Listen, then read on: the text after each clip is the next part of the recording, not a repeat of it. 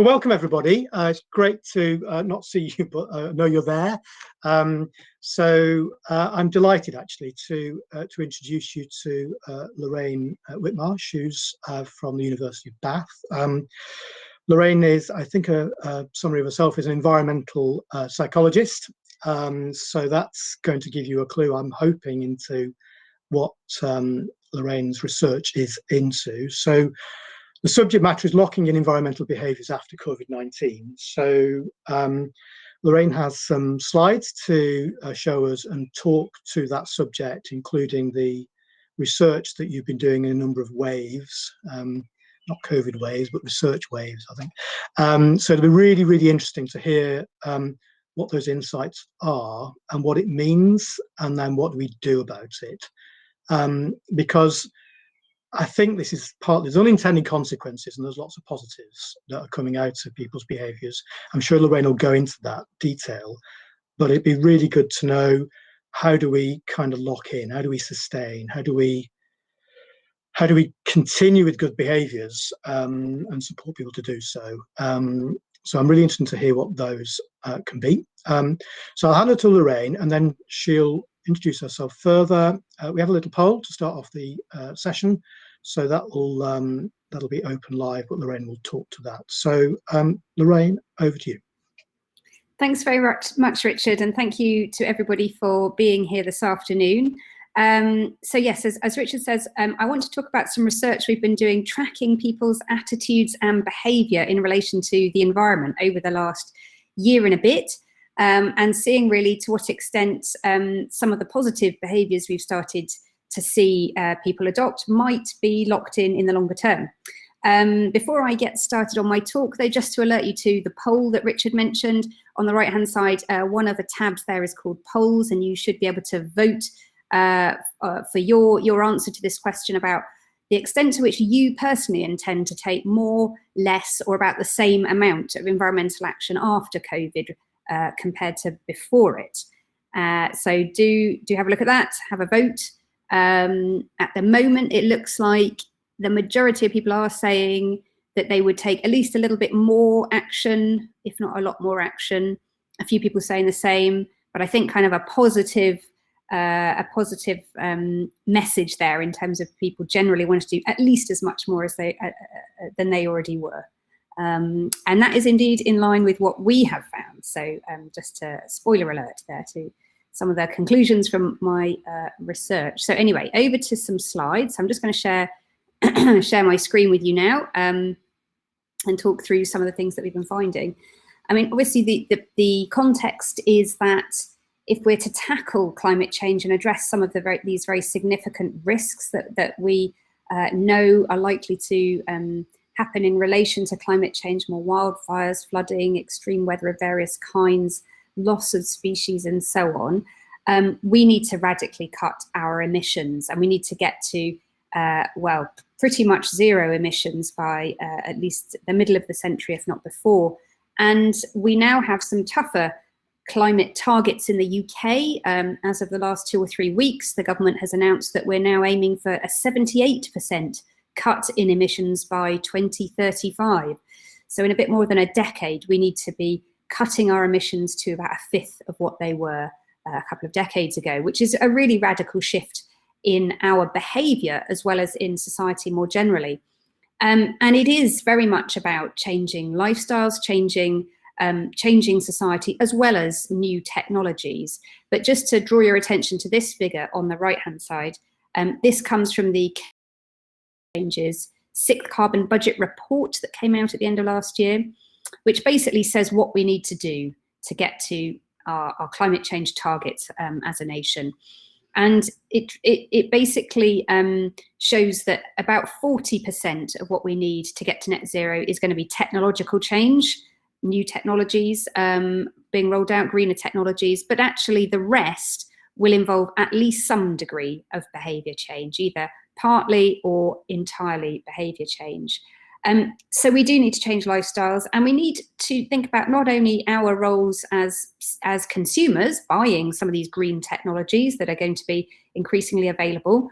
That is an important thing that we'll be doing more of, but also There are things we can do as members of communities, as parents, as decision makers in our professional lives as well. So there are things that we can do as people to bring about change in a number of different ways to help tackle climate change. Turning to COVID then, of course, the last sort of 15 months or so have been completely unprecedented, the biggest disruption to our lifestyles probably since the Second World War, and so devastating in so many ways. But the slight silver lining, if there is one, is that at least emissions, greenhouse gas emissions, did drop a bit during 2020, about 7 or 8%. Doesn't sound huge, but it is actually a very sizable drop in emissions compared to sort of historical trends, which tend to be increasing. And most of that drop has come from travelling less, the travel restrictions that were imposed on us. But this really raises the question of, well, what have we been doing differently? And is there an opportunity to lock in some of these changes in the longer term? And would we want to? So that's what I want to sort of turn to now. So what we've been doing over the last year and a bit has been surveying the UK public to track their behaviour and their attitudes in relation to the environment and climate change. And so we did an online survey which was representative of age, gender and ethnicity of the UK public in May 2020, then November, early November, and then we've just launched the third wave of the survey, and we're hopefully going to do another one later this year. And so I'll just talk about kind of some of the things that survey has been finding. So in the first lockdown, what we saw was a very significant increase in online shopping, particularly food shopping. So grocery shopping online doubled. We also saw a reduction in food waste, and this is consistent with what RAP and others have shown, that actually people's food preparation behaviours have changed very significantly over the last year. The fact that more people are spending time at home has made them a little bit more conscious about what's in the fridge, what's maybe going off, what they need to use up. And they've been a bit more cautious about going out to the shops and maybe have lower income to spend. And so for those reasons, they've been a bit more frugal in terms of food, and they've used up leftovers, they've planned meals a bit more, batch prepared things and so on, which has all contributed to less food waste, which is great because food waste is one of the big causes of greenhouse gas emissions. So that's another positive shift. There's also been less consumption in general. So people have been saving energy as much as they can at home. They have been buying less stuff, and particularly in certain categories like clothing and footwear. We've not had to go out so much in the last year, so people just haven't spent as much on those sorts of things as previously. And so the less we buy stuff, again, the lower our carbon footprint. And of course, the most obvious one is that we've been traveling a lot less. And so we've been, for example, working from home more and traveling for other reasons a lot less than previously. But we also asked people about their leisure activities, what they've been spending their spare time doing over the last year. And in that first survey wave, we found that more people were gardening than before COVID. So this was kind of May time last year, and this was what they had done before COVID, the green bars. More people were spending time doing creative things, music, art, sewing, reading, and so on. And people were spending less time shopping for non-essentials, really. So you could sort of say that was a sort of leisure thing. So generally, an increase in the sorts of hobbies which tend to be lower carbon, and a decrease in the sort of higher carbon hobbies in general. We also asked an open-ended question in the survey about really the sorts of things that people had started to do that maybe they wanted to retain. Was there anything about lockdown that they actually thought, oh, I'd quite like to keep doing this once restrictions are lifted? And so we asked people just this open-ended question. So we got some people writing quite a lot, some people writing less, some examples here. And then we categorised these answers according to some of the main topics that came out. And you can see that the most sort of popular ones were around the sorts of hobbies, leisure things, the sorts of things I've just mentioned. So people spending their time reading, being sort of creative or in the garden. They wanted to maintain some of those new hobbies. Having regular exercise, people appreciated that. Doing more online shopping, and also environment features quite high as well. So again, that's partly to do with kind of trying to be greener. So we've got some examples over here: growing my own veg, repurposing things rather than buying new, recycling, and so on. And then you can see some of these other ones around kind of maybe spending more time with family, working from home, and so on. So actually, the vast majority of people said at least one thing that they would like to continue to do more of after COVID, and many of those things, I would say, would have a sort of positive impact in terms of the environment. Separate to that longitudinal research I've just described, we have also been involved in a global poll that was launched for Earth Day a month or two ago with Ipsos Mori. And as part of that big poll, so this was the most recent data we have, we asked, do you expect to do the following things more, less, or the same compared to before the pandemic? And so we've got some of the same sorts of things like that I've just mentioned, like doing what you can to avoid throwing away food, doing errands and journeys on foot or on bike rather than by car, only buying what you need, and so on. And you can actually see that a majority of people in Great Britain, but also in the 30 odd other countries that were polled, are saying that they want to do at least as much, if not more, of most of these things. So that's, I think, really encouraging, because a lot of these behaviours are very impactful in terms of their emissions. And so it does suggest something quite promising, I think. And it's worth saying as well, we've been polling people in terms of their attitudes to climate change, their climate change concern during this time, so not just their behaviours.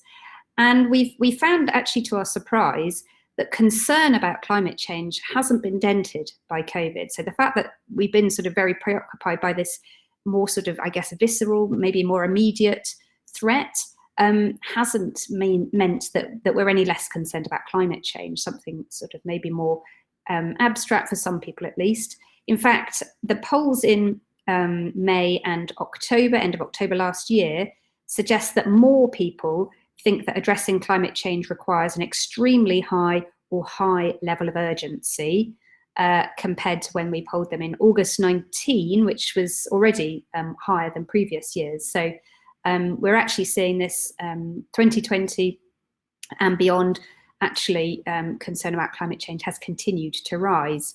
And there's also support for a green recovery from, for example, the Climate Assembly UK.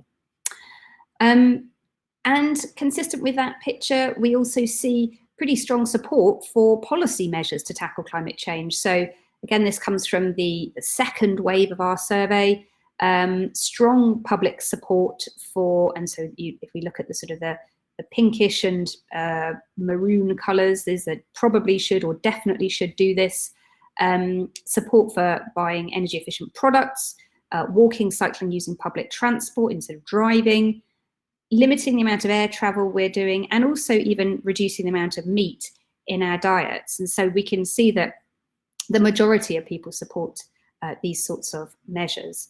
And it is actually worth noting that in at least a couple of these cases, like the flying and the meat products thing, these are things which, when we polled people just a couple of years ago, we would have found very small proportions of people supporting some of these measures. So this really is much stronger support for measures to tackle climate change than we've seen in the past. So lockdown disruption has created some low carbon habits, at least for the short term. So people have been obviously traveling less, consuming less, wasting less in general, and doing more low carbon hobbies. And many people intend to keep some of these habits. But the question is, are they going to stick in the longer term? So as restrictions continue to lift, are we going to see these behaviours continue or not? And that really depends on the extent to which there is support for them, wider support. So they need to be locked in with the right sorts of infrastructure, incentives, norms, etc. So let me just elaborate on the sorts of things I mean. Well, we know that if we want to create low carbon lifestyles, we need a whole range of things to be put in place, because at the moment there are lots of barriers to doing green things. And I think there was a talk just before this that touched on some of this as well. So we need structural measures, we need incentives, economic measures, we need infrastructure, physical infrastructure, we need roads and the urban design to be reconfigured to support low carbon ways of life. We need broader social change as well. So we need social norms to change, social norms around consumption, for example. So we don't assume that a high carbon lifestyle is aspirational. We actually change the sorts of things that we want and that we assume will make us happy. And obviously media and advertising comes in here, as well as various other social influences. And we need also to change people's understanding and attitudes. And here things like labelling, information campaigns and other things can come in as well. But while there has historically tended to be a focus on some of these sort of more individually focused interventions, let's stick some labels on things, let's give people some information. Information alone is often very ineffective in changing behaviour. We do need these broader social and structural measures to be put in place as well to enable people to change their behaviour. The final thing I just want to say really is about when to actually bring these measures in, because our research really does look at this issue of the right time to intervene. And we're interested in what we call moments of change. So actually that there are particular periods of time where people's habits are likely to be broken, that there are times of disruption. And so, for example, having a child, retiring, maybe changing your job, moving home. These would be opportunities where lots of things in your immediate context changes, and you're likely to be open to doing things in a different way because your habits have been broken. But similarly, broader structural social disruption, so travel disruption, maybe flooding in your local area, and of course, a pandemic may offer opportunities to actually do things in different ways. And there was a good piece in The Economist that looked at how global crises often have been the mother of invention. So the bicycle was invented after, I think in the 1800s, when Mount Tambora erupted and meant that there were fewer horses available to transport people, so they had to come up with a new way of getting around. And we've seen huge innovation, of course, in terms of virtual communication during the pandemic recently. So we know that disruption can be an opportunity to innovate, and we know that biographical changes can also be good opportunities to intervene similarly. And there's good empirical evidence to show that actually when you intervene makes a difference in how effective it is. So in one study, for example, where they gave residents in a German city a free bus pass, a one-day pass to try the bus for free, and they gave them some information about their local bus service. They compared the effectiveness of that intervention to people who had recently, in the last few weeks, moved house, and people that hadn't moved house recently. And what they basically found was that compared to beforehand, bus use significantly increased amongst the people that had recently moved house after getting this free bus pass and information, compared to there was no significant increase amongst the people that hadn't recently moved house. In other words, a pretty low cost intervention like that only worked amongst people that had recently moved house because their habits, their travel habits, were not a significant impediment. They were open to new ways of travelling, so they were more amenable to having their behaviour changed compared to people that had locked in sets of behaviours. And we see this pattern across a number of different areas, that actually it really matters when you intervene. So I think I just want to finish by saying radical behaviour change is essential for reaching net zero. During COVID-19, we've seen people adopting a number of different low carbon habits, and a lot of people do intend to keep at least some of those habits in the longer term. So the intentions are there, the motivation's there, but we need to lock these in. So without wider change, we are going to lose what we've seen over the last year or so in terms of behaviour change. And to lock those in, we need to engage with people. So we need to understand what's important for people, and so that the policies we put in place will work, and will work with those values that people have. We need to implement a range of measures that build people's motivation, that they change wider social norms, they remove structural barriers, and so on, and get the timing right. So actually, the sorts of timing opportunities are, as lockdown restrictions are being lifted, this could be an ideal opportunity to really lock in some of these good behaviours that we've seen people adopt over the last year or so. So I'll leave it there and look forward to any questions you might have. Great. Lorraine, thank you very much. Really, there's lots of information there to, I guess, start you really thinking about what's been going on. I mean, for me, it's been a period of lots of things we can't do that we are taken for granted for our whole lives. And then it's about what are the alternatives? How do we solve this as we can? And some of those are, things arriving by delivery. Some of those are staying local to enjoy the open spaces on our doorsteps. Some of them are attitude, clearly. So it's really rich information, isn't it, about what has happened to us, and then how we can use the positivities that are clearly expressed in behaviours and attitudes. I think for me, the most significant things you said was that that actually, whilst we've had the vast distraction of COVID, our determination underneath that to want to respond and deal with the emergency, because COVID is an acute problem, it will go away. Whereas climate change and the ecological emergencies are going to be there still. But people, I think, are still wanting to solve that problem, even though we're in a big problem. Maybe it's born of kind of vulnerability. We realise that as a society, a planet, we do need to fix things, and if we don't, we're in a pickle. So I think that's encouraging.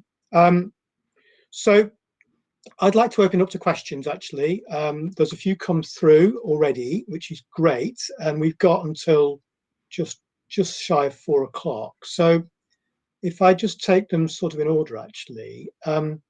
It was a question from Nicole, actually, early on.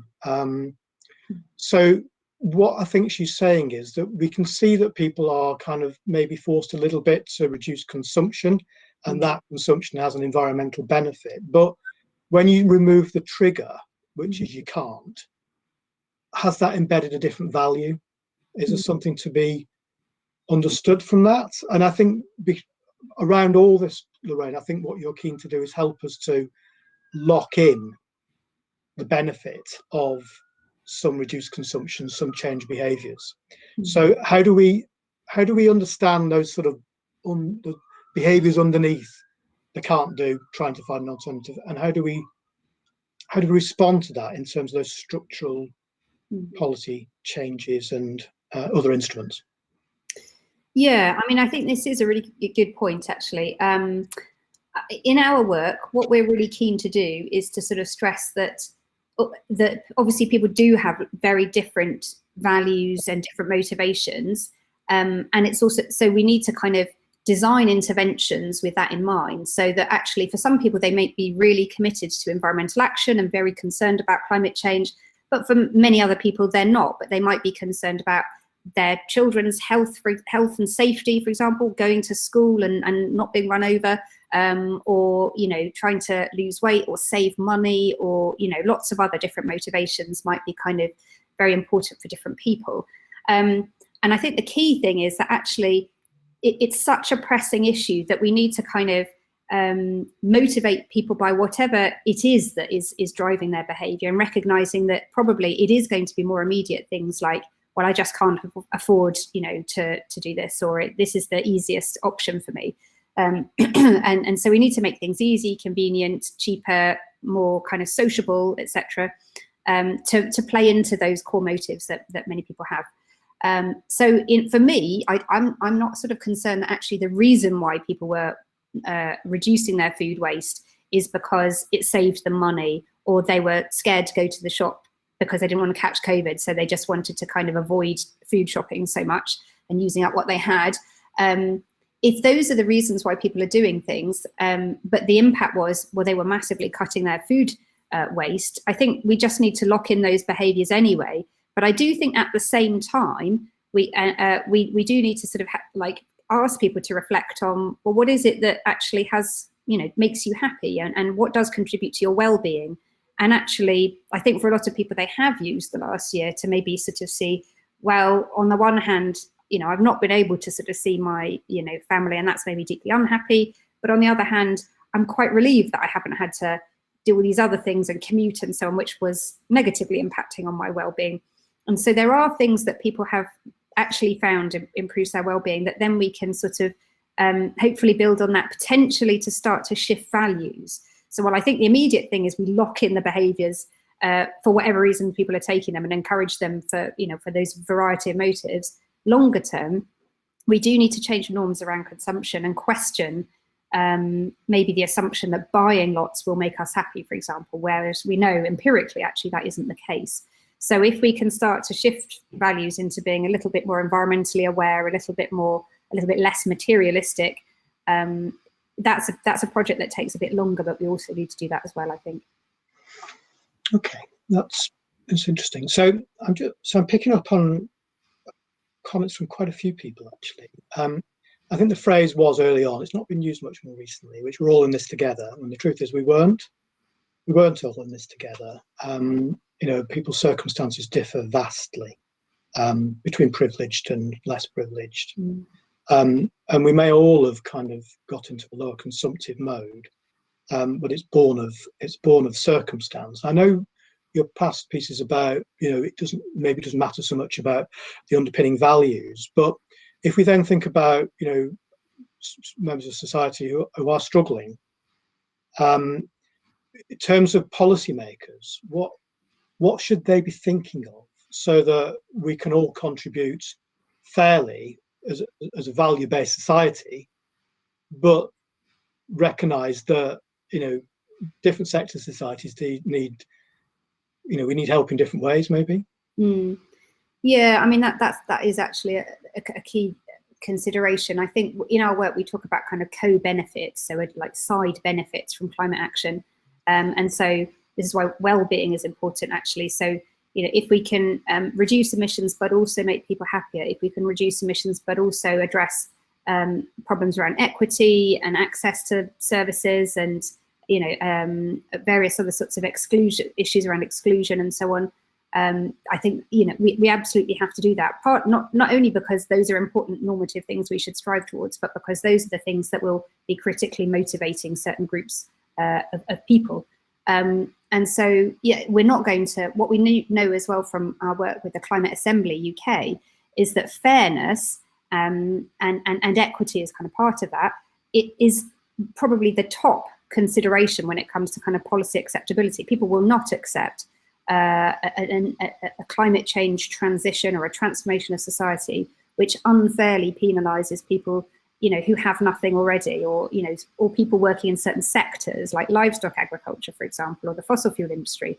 What can we do about people working in those high carbon industries that means that they don't all just lose their jobs? And we have what we had in terms of kind of areas like South Wales in the past, where we had a transition away from coal mining that just devastated communities. So what can we do to have a just transition for climate change? So we absolutely need to embed those issues of just transition in the design of policy measures to tackle climate change. But I think it's also worth saying that income is one of the strongest predictors of carbon footprint. So the people that most need to change are the ones on the highest incomes in general. So the people that have big houses and cars and fly a lot are the ones that need to change the most. And so they are so I think it's also a message that it's about, giving people decent homes that aren't, that are fuel efficient. And so we're addressing fuel poverty, but at the same time, it's the people that have these very consumptive lifestyles that are the ones that are going to have to change more. Yeah, picking up on one thing you're saying there. So we haven't been able to fly. Nobody's been able to go on holiday, really. And there seems to be a sort of bit of a media obsession with when can we fly and when can we go on holiday again. And obviously this is pent-up demand. People do want to go and enjoy themselves. And we're all no different. And we do like a foreign holiday. How do the policymakers respond to this moment where maybe we have the opportunity to frame things differently, sort of stop people going on holiday because it's harmful to the planet because of aviation fuel and carbon is kind of one extreme. But the public realm, we've seen the way that roads have been carved out a little to produce more space for people to walk and to cycle. And that feels like it's accelerating at a pace that I don't think was there before. So there is this opportunity, I think, a policy opportunity. And I'm just wondering what those policymakers need to be thinking of or are thinking of, and how to frame it about fairness and pent-up demand and competition for spaces. It's complex, isn't it? Well, there does seem to be a moment to kind of accelerate some change through policy representing kind of what people have kind of been used to a little recently. Yeah, I think that's right. I think, because even, a year and a half ago, if we'd suggested that we could do the amount of things that we now do virtually, people would just not have thought that it was possible. But we know now we can do so much online. And so for businesses, for example, this is why a lot of them are sort of saying, we're going to close our offices and encourage people to work from home at least part of the week. We don't need to be heating and lighting all of this office space when we can come in sort of half the week and people can work from home more. So they've seen that actually they can save money by doing that and potentially improve work-life balance in some ways. So there's already that opportunity is being taken up by some. You've mentioned local authorities as well. I think they're already using this opportunity to bring in some of the active travel measures that would achieve several policy goals. So it improves air quality, it reduces accidents and congestion, and as well as reducing greenhouse gas emissions by taking road space away from cars and giving it to walkers and cyclists. So they've got funding to be able to do that. And actually, I think that's, a lot of people have supported those measures because they've seen that it improves quality of life in a number of different ways locally. So that, again, those opportunities are being taken up. And I think as soon as you see that something works, that actually helps persuade people, because sometimes I think you sort of say, would you like this sort of travel scheme in your area? A lot of people will say, no, thanks. Because there's that inherent sort of heuristic or bias to just think, well, change, it doesn't sound like a good idea, thanks. Just the fear of the unknown in some ways. But actually, as soon as you see, actually, that wasn't as bad as I thought. In fact, it's made things quite a bit better.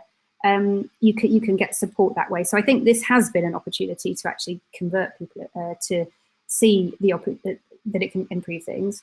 The flying thing, I think, yeah, it is a bit more challenging, because I think for certain sections of the public, they are keen to get back into international travel.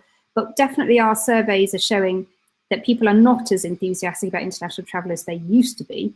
So at least for some people, they're saying, actually, holidaying in the UK isn't that bad, and quite keen to do more of that. And so, again, locking in those positive experiences.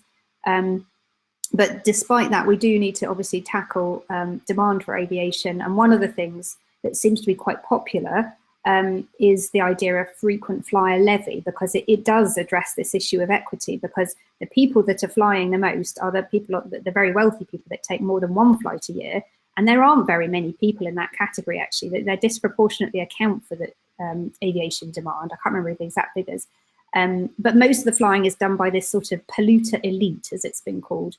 So if you have a scheme where you pay a little bit of duty on one flight a year, but it significantly increases if you take 2, 3, 4 plus flights a year, so that if you end up taking, you know, half a dozen flights, you're paying a lot of tax on that, then actually that does seem to be a bit more equitable. And we've found, and other people have found that those sorts of policy measures are, broadly speaking, quite popular, because people can sort of say, well, it's the people that are doing all the polluting that are paying the most. So so we still are able to take the occasional flight, but people that are doing lots of flying have to pay. So policymakers kind of have the conditions to be a bit braver, a bit bolder. I mean, you know, essentially the solution needs to be rapid and radical, and that doesn't sound like status quo, does it? So those examples where fairness is built in and evidence is supporting kind of, you know, taking action, there are some sweeter spots where there can be quite substantive change, but those decisions need to be made, don't they? I mean, in effect, I guess policymakers nationally, locally, regionally are all thinking about kind of how do we lock in. So I guess this evidence of data is helping to argue those changes may well be received if presented in certain terms. I think so. I think there's sort of converging evidence from a number of areas. So there's the polling, which gives you a bit of a flavour of what the general public think, but it doesn't dig in too much to, well, on the one hand, you know, under what conditions would you say this was acceptable, or, you know, so you can't, it's a bit of a superficial view, but it's a broad one.